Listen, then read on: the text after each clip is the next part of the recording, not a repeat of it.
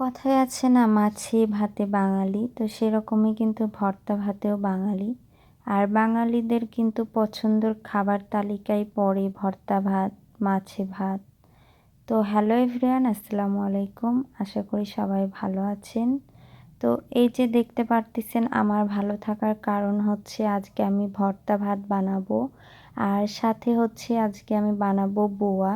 তো এটা হচ্ছে কোন কোন অঞ্চলে আপনারা এই খাবারটা চিনে থাকেন অবশ্যই কিন্তু কমেন্টে জানাবেন।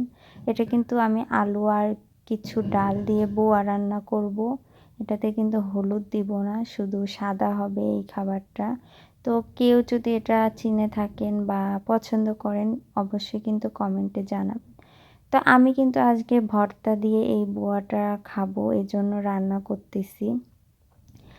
আর এই যে দেখতে পাচ্ছেন, এখানে আমি 3 রকমের মাছ নিয়েছি। একটা শুটকি মাছ, ইলিশ মাছ আর চিংড়ি মাছ। এই 3 রকমের মাছ দিয়ে আমি ভর্তা বানাবো।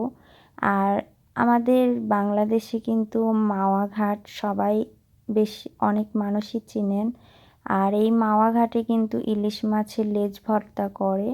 তো এটা কিন্তু হাতেই বানায় মাওয়া ঘাটে। আমি আজকে শিলপাটায় ইলিশ মাছের লেজ ভর্তা করব। আর এই যে শিলপাটা দেখতেছেন, অনেকেই দেখে হয়তো অবাক হয়ে যাবেন যে শিলপাটা আবার কোথায় পাইলাম। আসলে আমি এটা বাংলাদেশ থেকে যখন বিদেশের মাটিতে পা রাখি তখন আমি এটা সাথে করে ক্যারি করে নিয়ে আসছিলাম এই ভর্তা বানানোর জন্য।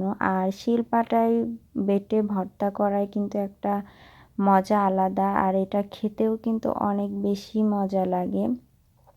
তো যাই হোক, এত কথা না বাড়ায় আমরা চলুন ভর্তা বানাই। তো কে কে আমার মতো শিলপাটায় বেটে এই ইলিশ মাছের ভর্তা বানান অবশ্যই এটা জানাবেন। আর এই যে এটা চিংড়ি মাছ দেখতেছেন, আমার অনেক পছন্দের চিংড়ি মাছ ভর্তা। তো আমি কিন্তু আজকে সব আইটেম ভর্তাই বানাবো। আর এই ভর্তা দিয়ে কে কে এই বোয়াটা পছন্দ করেন অবশ্যই কমেন্টে জানাবেন।